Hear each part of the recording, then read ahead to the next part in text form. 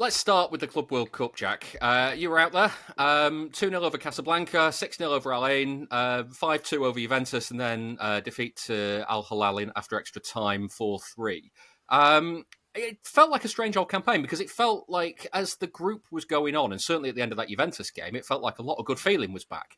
The first half against Al Hilal seemed pretty decent, and then out of nowhere, same old problems again.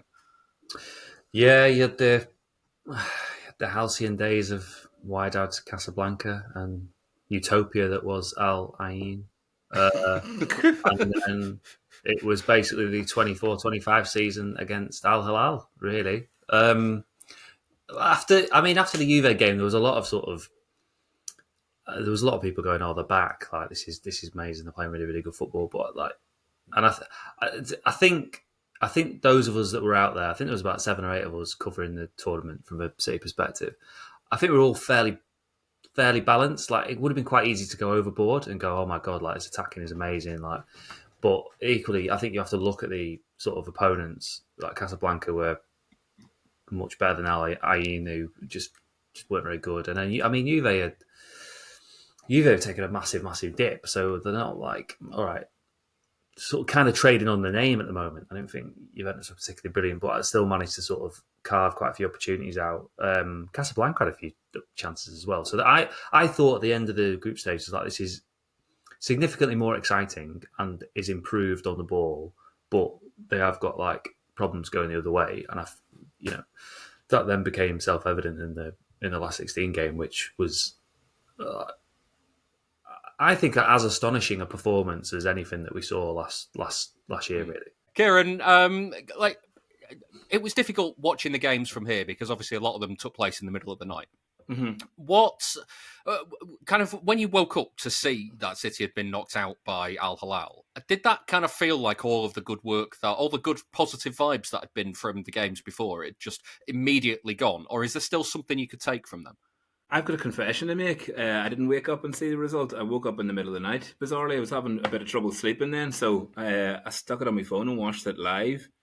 So I was able to follow along with that, and it was just, I can't really believe what happened. It was astonishing, and it was, because it was kind of in the middle of the night, it felt like a bit of a fever dream as well. Like, and I can't really remember anything about it. In some ways, it was nice, and I think you heard Bernardo say that in the clip there, like it was nice to get a rest because God knows the players needed it, and it was nice, with no traditional summer tournament. It would have been nice to just have a complete clean slate and a real refresh. So the Club World Cup to some degree was a bit of a pain in the arse for that reason. But then going a bit further would have been nice too. And an embarrassing defeat of that nature, just, and then who went on to win it was Chelsea. I mean, at least we didn't have to do a cup lift with Donald Trump. Like that's one benefit of it all. Like, but yeah, no, it was a bit of a mad tournament that I thought I was going to have no interest in whatsoever, and then I ended up watching it at 5:30 in the morning or something. So yeah, it was just it was nice to see some of the new signings in action. It was nice to see some of the old guard looking a bit better, but it was a bit ridiculous to see the old problems of last season kind of coming back to haunt us again, Kieran, you just reminded me as well in there where you said about the at least not having to do a trophy lift with Donald Trump. I was a ringer for a team in a tournament over the summer that we ended up winning the tournament, and they didn't have a trophy for the end of it, and they made us do a trophy. They made us do a trophy lift without a trophy, and said they'll Photoshop one in afterwards. It's that Arsenal FIFA gif that goes about, isn't it? Have you seen that one? I think there must have been a glitch in the PlayStation or something, and it looks like the Arsenal players are lifting the trophy and they're all celebrating, but there's nothing in their hand. So anytime that Arsenal do something now that wins the parade kind of vibes, somebody posts that of them lifting no trophy. It's really good.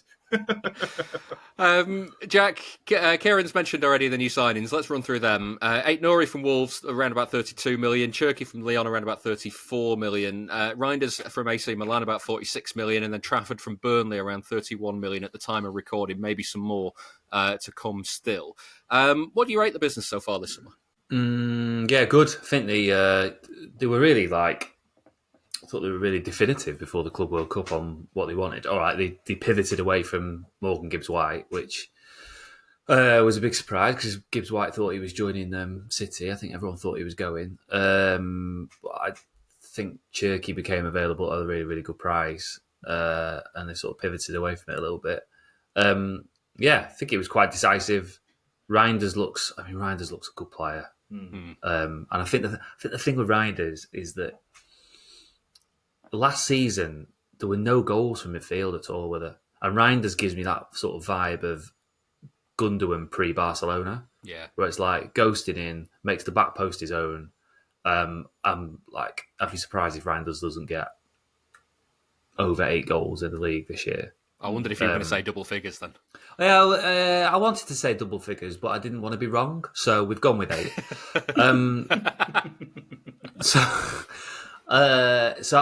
Really looking forward to watching him play. And sort of, I asked Pep on Friday night in Palermo about sort of the amount of centre midfielders they've got, because they've got like 8, 9, 10 players that can play middle of midfield.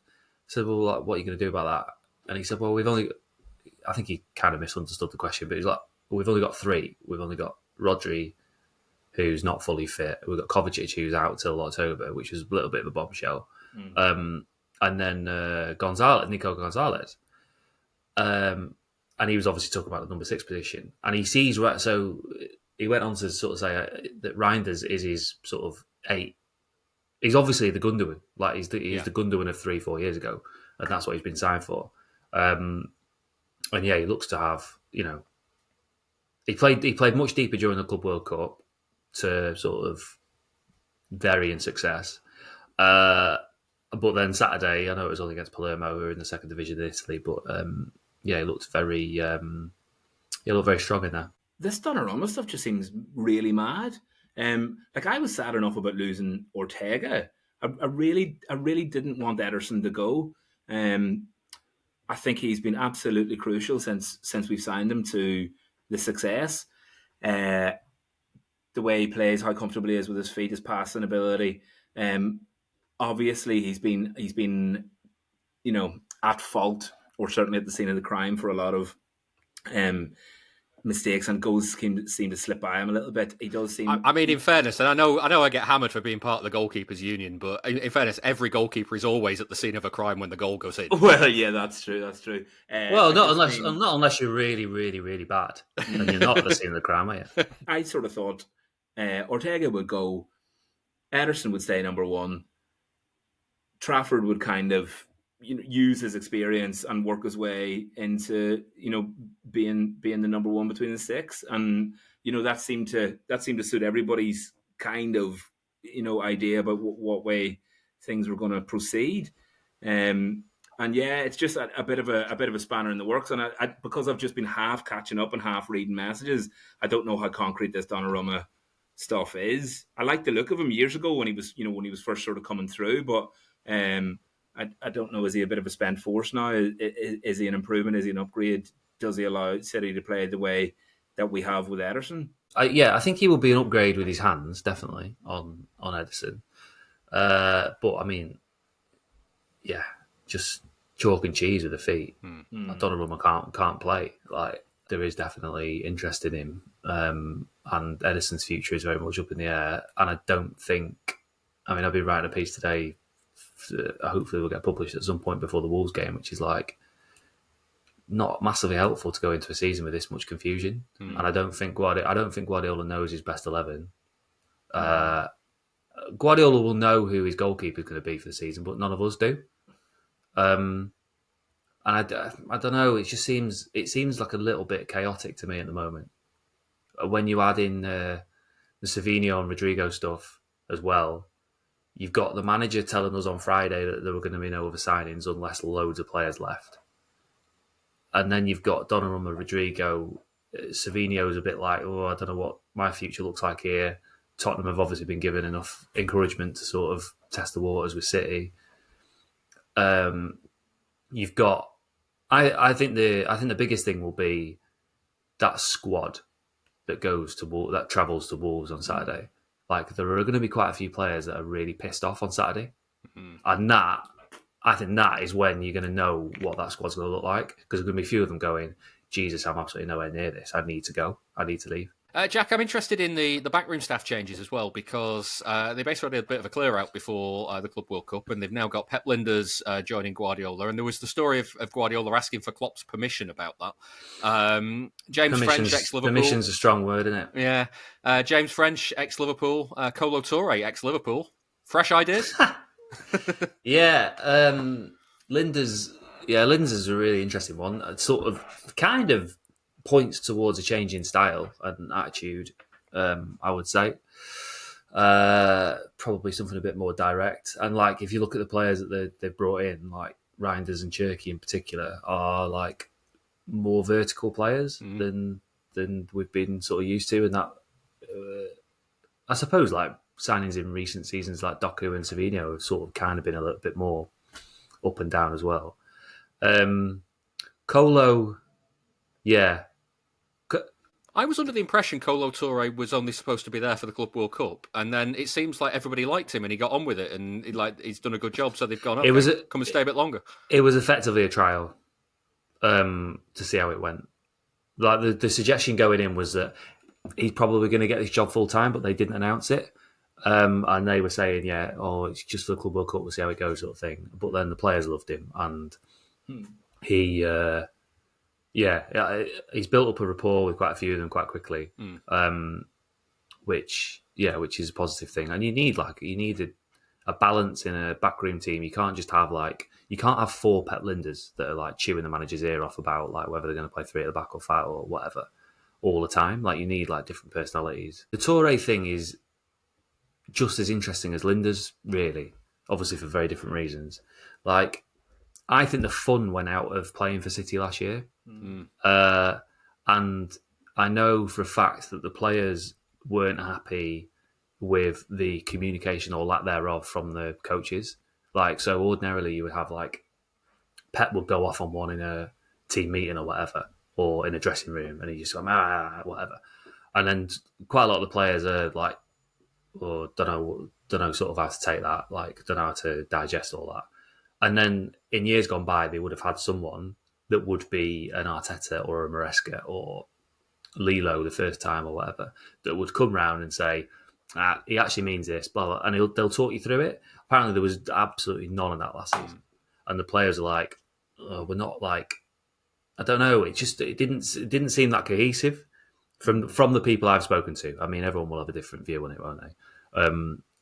But so I think Touré is quite an astute signing from that perspective, and then which sort of allows like Linders and Pep to do the coaching. The other story that kind of got my interest as well, Kieran, was we heard actually in the feature there Jack asking Guardiola about it when Guardiola's picked his own captains. He had 1 year of Kyle Walker captain voted by the squad, and he's changed his entire way of doing it.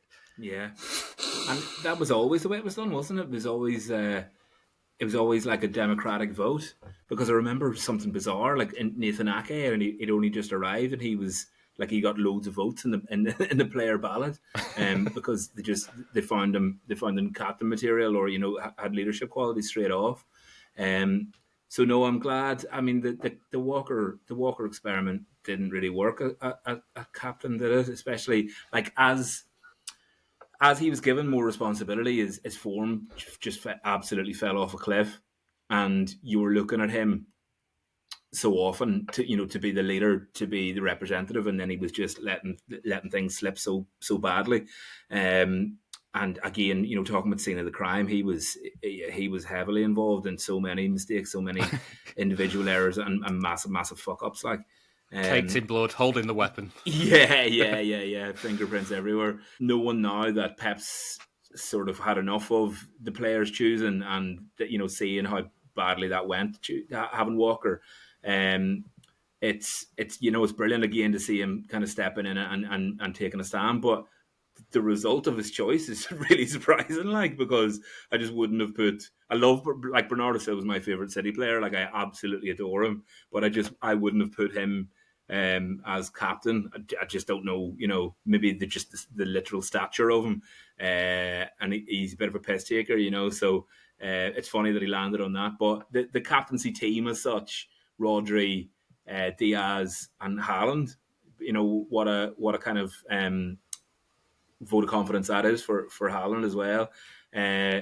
So I think just in terms of whatever Walker was doing, either off the pitch with his attitude, on the pitch with his kind of mistakes, just not being enough of a leader. Some of the stuff that he was saying as well, bloody hell. Anytime he was near a microphone, he would just drop an absolute stinker. And yeah, no, it's sad because he was an unbelievable player, an unbelievable servant, and a great right back for City, and he was class. Like, I mean, his the silverware that he collected, shows, but he really did kind of damage and tarnish things a little bit, at the tail end of his career. And to go to AC Milan, they really didn't appreciate him out there, and then end up at Burnley. It was not the career trajectory I would have thought for Kyle Walker. And then Pep kind of digging him further by saying there's no way they're choosing the captain again after that disaster. It's up to me now. Yeah, Jack, he said to you that he wasn't happy with some things last season. You said, well, what was it you weren't happy about? And he just goes, well, I wanted to be the boss. And it's like, it's almost a case of like read between the lines there, isn't it? Yeah. I mean, like Bernardo's done an interview with us this week where sort of set out his manifesto for being the captain for this season, and a lot of what he had to say was like about standards and turning up on time to training and not cheating your career and things like that. And he's like, these are thinly veiled at certain individuals last season, aren't they? Well, he had the thing last season as well, didn't he? About you know who you can be in the trenches with at times like this. Yeah. And I don't know whether this was. It might have been nothing, but he was asked like, of all the captains you've played for, who have you sort of like learnt the most off? And he reeled off every single captain and missed one out. There was one that he missed out. So he was very sort of forthright on how things had slipped and been allowed to slip last season. And I would disagree with Kieran slightly in the sense that I think it makes perfect sense in Pep choosing him. Now, I don't think Bernardo would have been chosen by a democratic vote. I think Diaz or Rodri would have been chosen. But like, Silva is Pep's lieutenant. Like he's effectively been the teacher's pet for the last 8 years, hasn't he? Really. I always figure with him as well that when Guardiola wants something doing, he can just say to Bernardo, "Look, can you do this?" And Bernardo goes, "Yeah, I understand why. I'll do it." Yeah, and there was a degree of. I think we can all agree that Bernardo, like everyone else, didn't perform particularly brilliantly last season. But there is a degree of sort of respect from Pep that like he was never injured and always made himself available. And you've got certain players, and I'm thinking Walker, Grealish, Edison, and a couple of others that for some games didn't make themselves available when maybe in previous years they would have done. And Silva was always there, always played despite his form. So that's the trenches I think idea it's a good again, choice. isn't it? Like who you can rely on even when the chips are down and the troops are injured. Like if you're going to put yourself out there and put yourself forward for it all. Who's fighting with us? Yeah, who's fighting? Yeah, exactly, because things really weren't going well at times last year, and sometimes you can't just throw the head up and go, fuck this, like, and you want to flee. But if, when fight or flight kicks in, Bernardo's always fight. There's a few of them. I mean, there is a few of them that played through injuries and knocks and whatever last year. Like Akanji played with quite a serious problem for a long time last season. So there were a few of them that did it, but not all of them did it. And like, I think one of the hallmarks of City under Guardiola is that they've always fought as a group, and I think that just went. And I think it was probably a byproduct of the previous success, and they'd just gone too far, and he'd asked them to go to the well too many times, and they didn't. As Caldoun said at the end of last season, they weren't aggressive enough last summer in the transfer market. And Pep's idea that was that he was going to leave after the Club World Cup initially, and he's basically asked all these players to go again for one last dance, and then things changed.